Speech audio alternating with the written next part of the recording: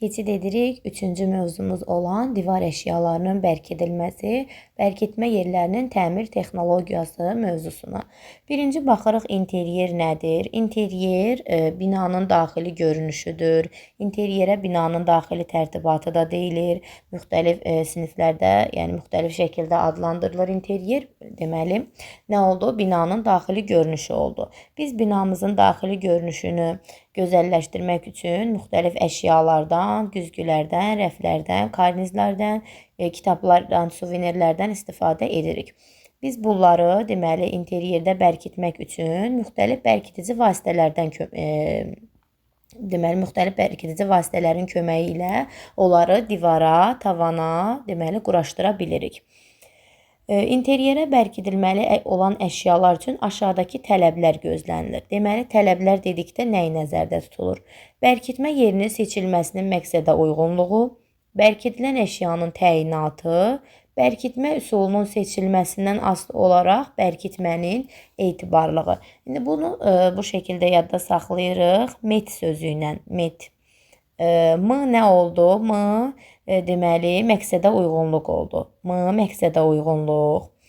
E oldu, etibarlılıq. T da oldu, təyinat. Nə oldu? Bərkidilən əşyanın təyinatı. Bir də deməli, qələmi buradan dəyişim. Bir də baxaq. Aha, deməli, nə sözü ilə yadda saxladıq? Met sözü ilə. M oldu məqsədə uyğunluq. Baxın, sadəcə o sözlərin altından xətt çəkirəm. M məqsədə uyğunluq, E etibarlılıq, T təyinat. Bu nə oldu? Gözlənilməsi lazım olan tələblər. İnteryerə əşya quraşdıranda bu tələblər gözlənilməlidir. Bəs interyerə əşyaları quraşdırmaq üçün hansı bərkidici vasitələrdən istifadə edirik? Birinci bərkitmə üsullarımıza baxırıq ki, bərkitmə üsullarımız görünən və görünməz olur. Baxın, şəkil A-da olan görünməzdir. Burada divara saxsı qoyulub, deməli taxta vurulub, üzərinə də saxsı qoyulub bu rəfin. Bu zaman həmin bərkitmə üsulumuz görünmür. Üsul deyəndə, bərkitmənin üsullarını soruşanda iki üsul deyirik. Görünməz, şəkil A-da və görünən üsul. Görünməzimiz oldu daxili mil, görünən oldu isə Kronşteynlər. Bunlar üsullar oldu. Deməli, bəs görünən üsulla bərkitmə vasitələri hansılardır? Görünməzi bildik ki, daxili mildir. Baxın, bu şəkil burada daxili mil göstərilib. Daxili mildə görünmür. Görünən üsullarımız isə Kronşteynlərdir. Kronşteynlər hansılardır? Şəkil A-da metal Kronşteyn, şəkil B-də metal asmalar. Baxın, asılma hissələri var. Buralarda asılqanlı hissələri var. Metal asmalar və metal asma dayaq şəkil C-də göstərildiyi kimi. Deməli, nələrə bax, diqqət elədik. Bərkitmə üsullarımız iki cür oldu. Görünməz, görünən. Görünən bərkitmə üsullarımız metal asma dayaq və metal Kronşteynlər oldu. Bu da görünən bərkitmə üsullarımızdır. Bəs Kronşteyn özü nədir? Kronşteyn divara bərkidilmiş altlıq dayaqdır. Baxın, burada həm interyerin, həm onun tərifi verilib. Kronşteyn divara bərkidilmiş altlıq dayaqdır. Deməli, daxili mil çəkisi az olan detalları əgər quraşdırmaq istəyiriksə, daxili mildən istifadə edə bilərik. Amma yox, daha möhkəm və ağır bir əşyalardan istifadə edəcəyiksə, bu zaman görünən üsullar daha etibarlı hesab edilir. Deməli, baxırıq digər tərəflərə. Bərkidici vasitələr. Aha. İndi bərkidici vasitələrə baxırıq. Bərkidici vasitələrimiz hansılardır? Bayaq saydıqlarımız Kronşteynlər əşyanın görünən üsulla bərkidilməsi idi. Onlar bərkidici vasitələr idi. Burada isə qeyd olunanlar hansılardır? Deməli, nələrin adı verilibsə, sadəcə onlar qeyd olunur. Şəkil A-da adi dübeldir. B-dəki mismara bənzəyir, mismar dübeldir. C-dəki şuruplardır. C özünə yif kəsən şuruplardır. Bu adi şuruplarla özünə yif kəsən şurupların fərqi ondadır ki, özünə yif kəsənin daha nazik olur və daha şüş formada olur.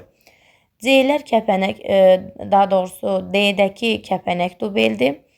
Şəkil E-də ankerlər qeyd olunub. Şəkil Ə-də isə montaj şuruplarıdır. İnteriora əşyaların bərkidilməsi müxtəlif materialdan, məsələn, plastik və metaldan hazırlanmış dubellər. Dubel nədir? Dubel dəliyi və qabırğalı səthi olan plastik tıxacdır. Dubel dəliyi və qabırğalı səthi olan plastik tıxacdır. Deməli, əslində bu məlumat o qədər də lazım deyil, amma bəzən testlərdə qarşınıza çıxa bilər. Dubeli 1958-ci ildə Arthur Fischel kəşf edib. Yazım yenə də 1958 Arthur Fischel. Arthur Fischel kəşf etmişdir. Nəyi? Dubeli. Dubel dəliyi və qabırğalı səthi olan plastik tıxacdır. Deməli, sonra baxırıq nəyə? Deməli, dubellər vasitəsilə deyir bağlanır. Şuruplar, özünə yif kəsən şuruplar. Burada saydıqlarımız ankerlər. Bəs anker nədir? Anker isə dəmir boltdur. Bu sözü də yadda saxlamaq ola bilər sadəcə. Tikinti konstruksiyaları və avadanlıqlarını bərkitmək üçün dəmir bolt nə oldu? Anker oldu. Anker dəmir boltdur. Və bərkitmə yerini təyin edərkən təbii ki də bərkidici vasitələri quraşdırdığımız yerlərdə heç bir naqillər olmamalıdır. Naqillərin olmamağına əmin olmaq lazımdır. Bunun üçün nədən istifadə edirik? Siqnalizatorlardan. Siqnalizator, yəni gizli şəbəkə siqnalizatoru, deməli suvağın altında olan şəbəkə xəttin aşkar edir. Bu zaman 5-7 sm suvaq altında olan elektrik kabellərini aşkar etmək mümkündür. Burada siqnalizatorun şəkli verilmişdir.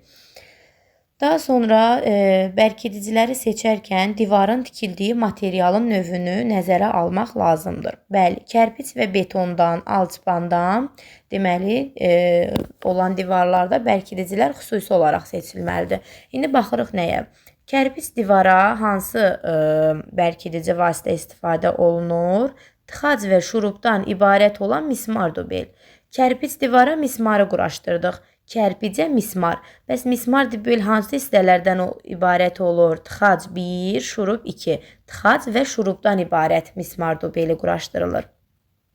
Tıxac adlanan hissəsi neylondan olan dubellər daha deməli etibarlı hesab olunur.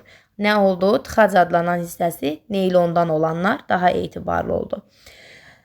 Deməli, dubelin forması da çox əhəmiyyətlidir. Kərtiklər nə qədər çox olarsa, bir o qədər yaxşıdır ki, dubelin daxilinə diametri və yivin addımı dəlikdəki yivə uyğun gələn şurup vurulmalıdır. Burada əşyanın kərpic divara bərkidilmə ardıcıllığı verilmişdir. Bu suallar mix sualları olub. Həm əşyanın kərpic divara bərkidilməsi, həm də cismin ankerlə bərkidilməsi, hər ikisi. Birinci şəkildə nə olur? Dərik burğulanır. İkinci şəkildə dubel dəriyə quraşdırılır. Üçdə şurup bağlayırlar artıq. Baxın, şurup. Burada bu dubeldir. Dubeli bağlayandan sonra şurup bərkidilir. Rənglərinə baxaq indi. Baxın, buradakı dubeldir. Burada artıq şurup vurulur. Ondan sonra isə sonuncu olaraq artıq o vurulan şurupa əşya bərkidiləcək. Bu şəkildə ardıcıllığımızı yadda saxlamaq lazımdır. Daha sonra baxırıq mövzumuzun digər hissəsinə. Məsaməli materiallara quraşdırıla bilən bir neçə fərqli bərkitmə növü var. Məsaməli materiallara spiral dubellər quraşdırılır. Bu spiral dubellər, baxın, məsaməli materiallara spiral dubellər. Spiral dubellər əvvəlcədən deşilmiş, deməli, əvvəlcədən deşilmiş dəriklərə vurğulanır. Spiral dubel burada verilmişdir. Daha çox yayılmışdır spiral dubellər. Spiral dubellərə isə montaj şurupları quraşdırılır. Bu da, deməli, spiral dubelin şurupları sayılır. Nə oldu? Məsaməli materiallara. Bəs kərpic divara hansı şurupları, hansı dubeli quraşdırdıq? Kərpic divara mismar dubeli quraşdırdıq. Mismar dubel hansı hissələrdən ibarət oldu? Tıxac və şurupdan. Tıxac adlanan hissəsi də neylondan olan daha etibarlı hesab olundu. Sonra baxırıq ağır əşyalar. Ağır əşyalar isə ankerlərlə bağlanır. Ağır ankerlə bağlanır. Belə bərkitmə bütün istiqamətlərdə etibarlı. Bax, ankerin deməli bu hissələrində aşınma qüvvətini sabitləmək üçün ayrıc hissələri olur. Ona görə də onlar ağır əşyaları daha yaxşı şəkildə saxlayırlar. Ankeri vurmazdan əvvəl betondakı dəliyi fırça və toz soranla, qum və beton dənələrindən yaxşı təmizləmək lazımdır. Nə ilə təmizlədik? Fırça və toz soranla. Kərpic divara bərk edilməklə ankerin bərk edilməsi birazcıq oxşarlıq var. Amma baxırıq nəyə? Birinci, hər ikisində dəlik vurğulanır. Burada da həmçinin ankerdə dəliyi tozdan təmizləmək lazımdır. Şurubda elə bir qaydamız yoxdur. Baxın, şəkil B-də tozdan təmizləyirik, fırça ilə təmizləyir burada. Şəkil C-də nə edir? Anker dəriyə vurulur. Amma şurup bağlayan, deməli, kərpic divara bərkitmədə isə birinci dubeli vurub sonra şurupu bağlayırdıq. Burada isə nə olur? Tozdan təmizləyəndən sonra ankeri dəriyə vururuq. Ən sonuncu mərhələ hər ikisində də əşyanın bərk edilmə mərhələsidir. Sonra alçıpanla işləyərkən hansı dubeldən istifadə edirik? Kəpənək dubeldən. Alçıpan gips kartondur.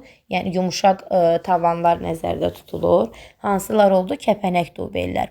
Kəpənək dubeldən istifadə edirik. Dubel onun dəliyə düşməsinə maneə olan xüsusi kənarlara malikdir.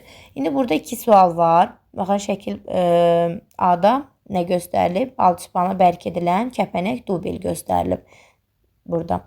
Deməli, nə oldu?